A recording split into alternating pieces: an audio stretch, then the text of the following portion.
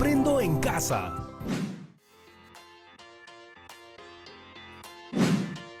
Bienvenidas y bienvenidos, estudiantes de primero y segundo de secundaria, a Aprendo en Casa, una iniciativa del Ministerio de Educación. Hola, Jan. Hola, Tocino. Hoy tenemos un programa especial porque vamos a viajar al pasado. ¡Un viaje! ¡Oh, me encantan los viajes! Empecemos nuestro viaje. Volvemos al pasado para conocer a los primeros pobladores de nuestro territorio. Hoy, Tocino, avanzaremos un poco el tiempo, porque reflexionaremos y valoraremos los avances y desafíos del Perú en el Bicentenario para construir el país que anhelamos. Para acompañarnos en este viaje, tengo a una invitada muy especial. ¿Se encuentra ahí, profesora? Hola, Jan. Hola, Tocino. Hola, chicas y chicos de primero y segundo de secundaria. Mi nombre es Olga Cayagua y soy de la ciudad de Lima. Hoy los acompañaré en este viaje donde veremos juntas y juntos cuáles son los avances culturales del Perú antiguo que hoy se reconocen como aporte a la humanidad. Y sobre ello tengo un mensaje que me gustaría compartirles de una de mis estudiantes. Hola, soy Micaela. Yo vivo en una comunidad andina dedicada a la ganadería.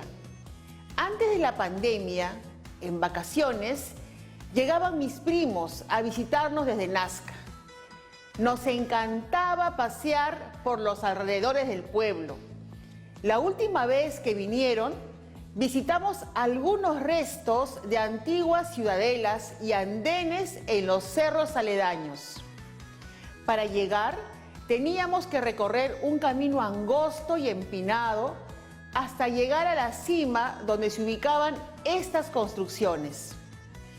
El camino, en algunas partes, incluso nos producía mareos al mirar hacia abajo. A medida que subíamos, a mis primos les costaba respirar y les daba soroche o mal de altura. Recuerdo que paramos un momento para descansar y mi primo, tomando un respiro y agobiado por el cansancio, nos decía: ¡Uf! ¡Qué cansancio! ¿Por qué hacían los andenes? ¿Por qué los construían en lugares con tanta pendiente? Y conversábamos sobre ello. Y luego de una dura caminata, llegábamos a la cima y nos tomábamos fotos. Cuando mis primos volvieron a Nazca, la pregunta que hizo mi primo me quedó dando vueltas en la cabeza. ¿Por qué los antiguos pobladores de mi localidad construyeron andenes? ¿Por qué construían en zonas con tanta pendiente? Estas preguntas me parecieron muy interesantes para realizar una investigación al respecto. Es verdad, cuando visité algunos restos arqueológicos sentí cansancio y vértigo porque las construcciones usualmente están en las zonas altas de nuestros Andes. Yo quisiera, profesora, saber las respuestas a las preguntas que hicieron los primos de Micaela. ¿Qué les parece si escuchamos las respuestas de algunos de nuestras y nuestros estudiantes? Hola, en mi localidad sabemos que los andenes son edificaciones que nos ayudan a cultivar alimentos. Se produce bastante con los andenes. En mi comunidad los usamos hasta ahora. Creo que deberíamos de construir más andenes para así tener más tierras de cultivo. Otros logros culturales de los antiguos peruanos son, por ejemplo, los huacos de Mochica o la ciudad de Caral, que es una ciudad muy reconocida. Los andenes son construcciones hechas por los antiguos peruanos desde antes de los incas. Esto nos dijo un guía cuando visitamos un museo. Sirvió para que los antiguos pobladores tengan tierras de cultivo que eran escasas. También tenemos los caminos incas, que son reconocidos mundialmente. ¡Qué buenas respuestas! Se nota que las y los estudiantes están informados sobre los diferentes logros culturales realizados por los antiguos peruanos. Hoy, a lo largo del programa, estudiaremos algunos logros alcanzados por los antiguos peruanos y que son reconocidos mundialmente. Por tanto, son motivo de orgullo. Empezaremos analizando algunas fuentes referidas a cómo los primeros pobladores peruanos descubrieron la agricultura. Prestemos atención a la lectura de la siguiente fuente. Importante tener presente las siguientes preguntas. ¿Qué tipo de fuente es? ¿Quién es el autor? ¿Consideras que es una fuente confiable? ¿Qué nos comunica la fuente? Hace aproximadamente unos 12.000 a 10.000 años atrás, los pobladores andinos eran nómadas, recolectores y cazadores de grandes animales, donde destacaba un tipo de oso perezoso y un pariente lejano del actual caballo. La caza intensa extinguió estos animales y se buscó entonces animales más pequeños, como los camélidos, venados o ciervos, roedores y aves. Este es el periodo en el cual se inicia también la horticultura, es decir, aquella en la que un grupo de seres humanos dejaba semillas de alguna planta silvestre en los alrededores de su refugio y continuaban su camino. Después de algún tiempo regresaban para recoger la cosecha, pero sin llegar al sedentarismo. Eso quiere decir que aún no vivían de manera permanente en un solo lugar.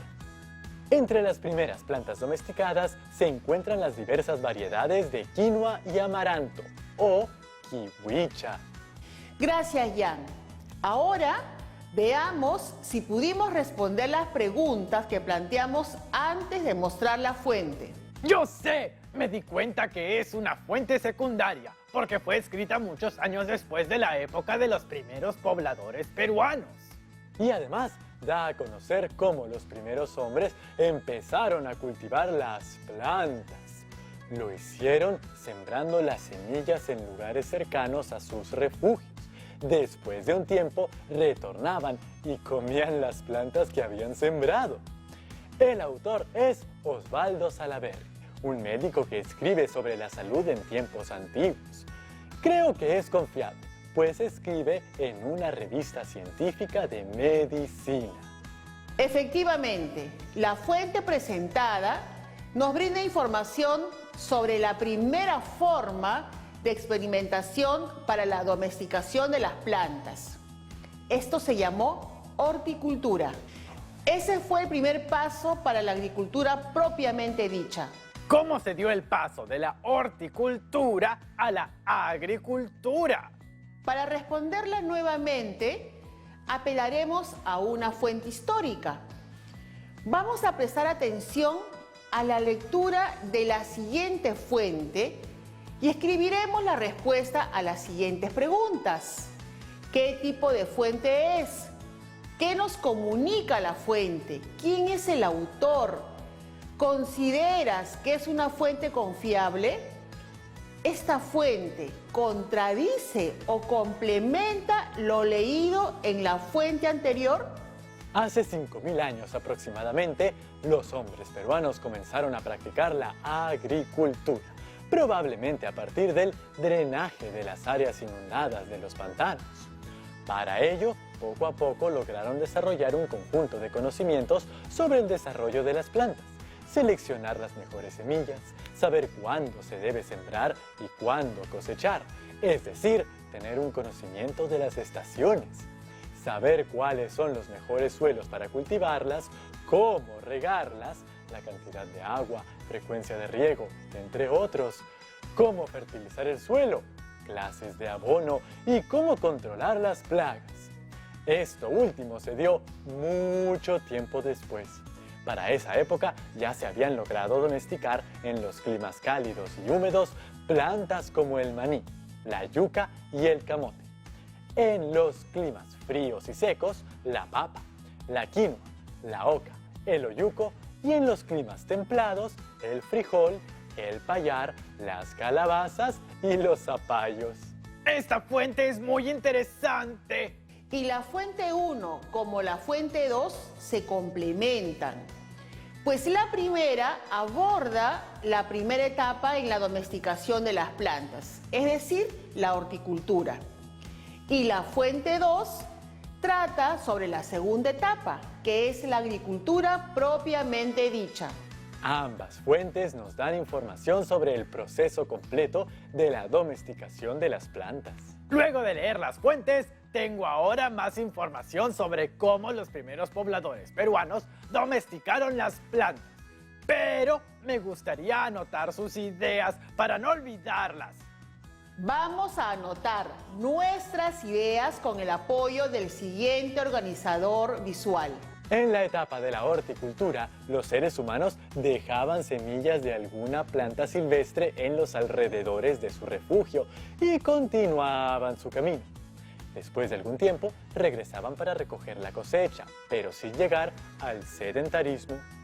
En la etapa de la agricultura, los seres humanos, poco a poco, lograron desarrollar un conjunto de conocimientos sobre el desarrollo de las plantas. Seleccionar las mejores semillas, saber cuándo se debe sembrar y cuándo cosechar, saber cuáles son los mejores suelos para cultivarlas, cómo regarlas, cómo fertilizar el suelo, entre otros. Gracias, este resumen me ayudó un montón. Y no se muevan, porque al regreso seguiremos descubriendo más sobre el antiguo Perú. No se vayan, porque ya regresamos.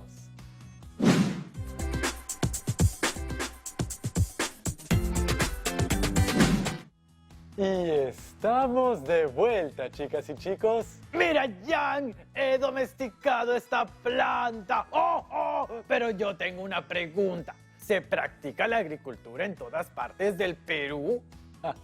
Tocino, esa es una gran pregunta. Nuestro territorio es muy diverso para la práctica de la actividad agrícola. ¿Qué les parece si leemos juntos la siguiente fuente? El territorio del antiguo Perú ha sido siempre poco propicio para la agricultura. En los Andes costeños, los extensos desiertos apenas dejan lugar a una treintena de estrechos valles fértiles, muy aislados y distantes entre sí, con escasa lluvia e impredecible irrigación fluvial.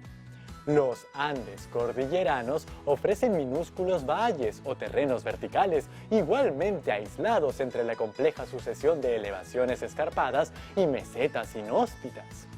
Vasto territorio que paradójicamente, por su restringida fertilidad, no era capaz de producir el sustento necesario y sufría calamidades climáticas recurrentes, como las causadas por el fenómeno de El Niño. Precisamente, esto explica el motivo de la ocupación parcial de los Andes amazónicos por andinos, empeñados en ampliar su frontera agraria.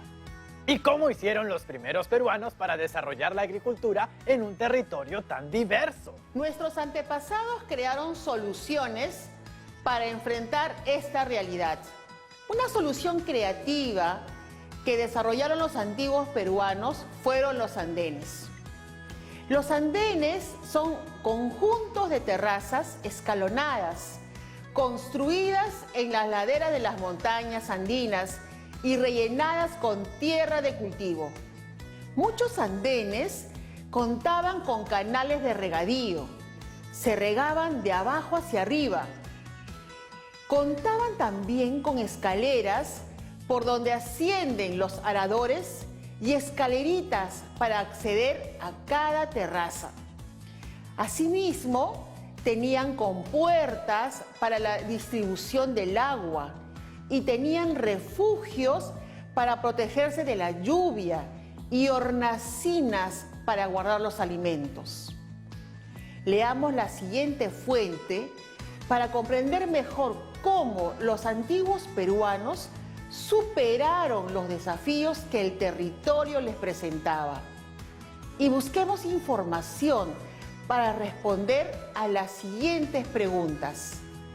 ¿Cuáles fueron los beneficios de la construcción de andenes? ¿Consideras que los andenes podrían ser utilizados hoy en día? ¿Por qué? Los andenes eran también fundamentales para poder incrementar la cantidad de suelo agrícola y su calidad mediante el transporte de estos para su construcción. Por su ubicación estratégica, permitían un mejor control de la humedad, los vientos, las heladas y facilitaban una mejor distribución del agua. Pero un factor de suma importancia era prevenir y evitar la erosión, los huaicos o deslizamientos muy comunes en los Andes, manejando, gestionando y previniendo el riesgo físico. Entiendo entonces que gracias a los andenes, los antiguos peruanos lograron ganar más tierras de cultivo. Asimismo, lograban controlar mejor la humedad, los vientos y las heladas. También prevenían y evitaban los huaicos y la erosión. Los antiguos peruanos desarrollaron una salida muy creativa. Yo pienso que hoy en día se deberían utilizar. Yo he leído que los andenes podrían volver a usarse, los que están en buen estado. Podríamos reparar los que están en malas condiciones. Y así tendríamos más campos de cultivo. Coincido plenamente. Se pueden utilizar los andenes hoy en día y es importante seguir leyendo otras fuentes, pues existen algunos estudios sobre la continuidad del uso de la andenería por parte de algunas comunidades de nuestro país en la actualidad. Los andenes representan un buen ejemplo de la voluntad y creatividad de los antiguos peruanos para aprovechar la diversidad del territorio peruano. Hay buenos ejemplos como la construcción de caminos que asombraron a los primeros españoles que llegaron al territorio peruano durante la conquista. ¿Por qué los caminos asombraron a los españoles que llegaron al Perú? Vamos a ver una fuente histórica que recoge la impresión que se llevaron los españoles al llegar al Perú. Uno de los primeros aspectos que descubrieron los conquistadores fue el complejo sistema de caminos que poseían los incas, el Hapac Ñam o Camino Real. De acuerdo con el conquistador Pedro Sancho de la Hoz, todas estas empinadas montañas tienen caminos de piedra. La mayoría de las personas de estas montañas viven en los cerros y en las altas montañas. Todas estas grandes ciudades poseen depósitos llenos de cosas que son cosechadas de la tierra. Hay una gran variedad de vegetales y raíces, papas, oca, etc., con los que la gente se sustenta y también tienen buenos pastos como en España. Hay muchas manadas de ovejas, llamas y alpacas que van en rebaños con sus pastores. La gente, como ya he dicho, es muy educada e inteligente y siempre va vestida y con calzado. ¡Wow! Estoy asombrado por cómo este conquistador español describe lo que ve a su llegada al Perú. Para los españoles fue sorprendente encontrar que los pueblos de la zona andina habitaban ciudades ubicadas en zonas tan altas, ya que generalmente ubicaban sus ciudades en el fondo de los valles. Incluso hoy en día nosotros hemos adoptado esa costumbre de vivir en el fondo de los valles como los españoles y se nos hace extraño encontrar ciudades en las zonas tan altas. Yo recuerdo haber escuchado de Capac Ñam cuando visitaba a mi abuelo, Papá Chicharrón. El Hapac Ñam es especial. Es nada menos que una red de caminos que conectó el territorio del Tahuantinsuyo. Desarrolló un sistema de comunicación que permitió a los incas dominar nuevos territorios, asimilar culturas contemporáneas y administrar los recursos de diferentes ecosistemas, y tiene una extensión de más de 30.000 kilómetros. ¿Y cómo se creó el Capac Ñam? Algunos estudios señalan que muchas de las rutas ya habían sido previamente establecidas por otras culturas desde el año 3500 a.C. aproximadamente. Pero quienes la convirtieron en una red estratégica de caminos reales fueron los incas. Los caminos se necesitaron para intercambio cultural, comercio y conquistas. El Hapajñán está conformado por el camino longitudinal de la zona andina, la cual recorría ciudades como San Juan de Pasto, Quito, Cajamarca, Vilcashuamán, Cusco, La Paz, Santiago. El camino de la costa o de los llanos recorría Piura, Trujillo, Ica, Arequipa, Moquegua, Tacna. Están además los caminos transversales que unían la zona andina y la zona costeña. No sabía de la extensión que tenían los caminos, ni que estos caminos integraban todo el imperio. Y en algunos tramos de este camino todavía siguen siendo utilizados por las y los peruanos. Para seguir conociendo más acerca de los avances culturales del Perú antiguo, hemos invitado a un experto en el tema. Hemos sido un país pluricultural y multilingüe, con muchas culturas, con diferentes idiomas, porque nuestro territorio es muy diverso. Está atravesado por la cordillera de los Andes en casi 40% del territorio, y en cada parte de él han habido condiciones geográficas y climáticas distintas y recursos por eso también diferentes.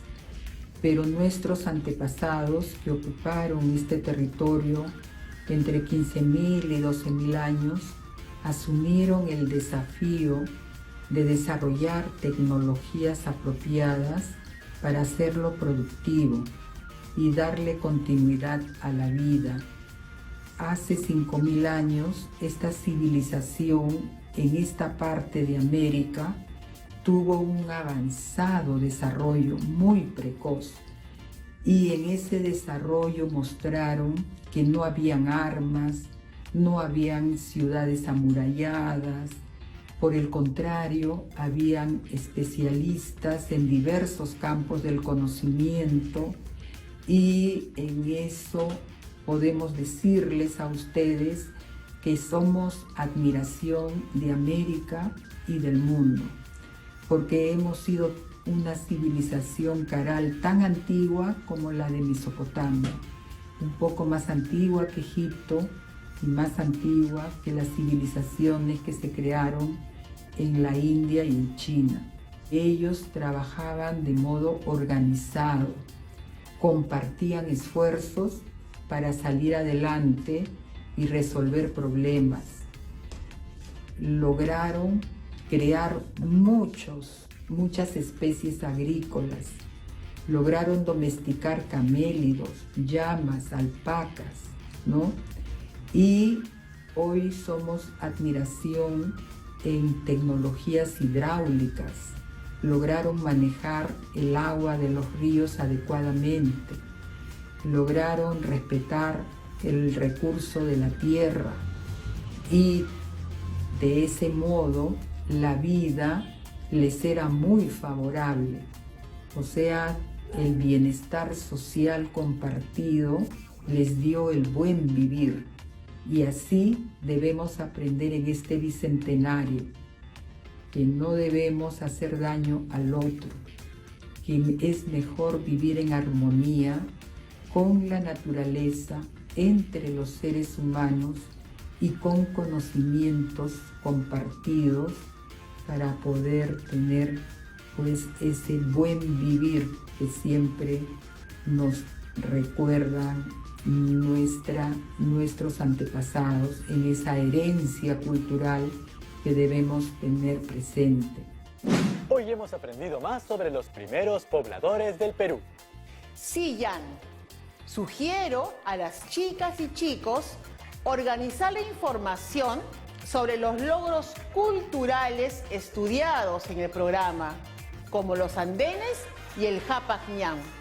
Y también investigar sobre otros logros culturales de las sociedades prehispánicas. ¡Yo sé! Como la cerámica, tecnología hídrica, orfebrería O la arquitectura. Gracias por permitirme acompañarlos en este viaje, Tocino y Jan. ¡Hasta luego, profesora! Hoy vimos cómo los primeros pobladores peruanos desarrollaron logros culturales. ¿Recuerdan nuestra incógnita? ¿Cómo podemos generar la valoración de nuestro pasado y la reflexión sobre la oportunidad de construir el país en el que anhelamos vivir? Un país donde las ciudadanas y los ciudadanos ejercen sus derechos y cumplen sus deberes. Ya sé que podemos sumar de lo que aprendimos hoy. Los logros culturales de los antiguos peruanos fueron importantes aportes para la humanidad. ¿Sabes qué, Jan? Voy a seguir buscando fuentes sobre otros logros culturales. Yo te acompaño, Tocino, y gracias a todas y todos por acompañarnos el día de hoy. Nos vemos en una nueva aventura.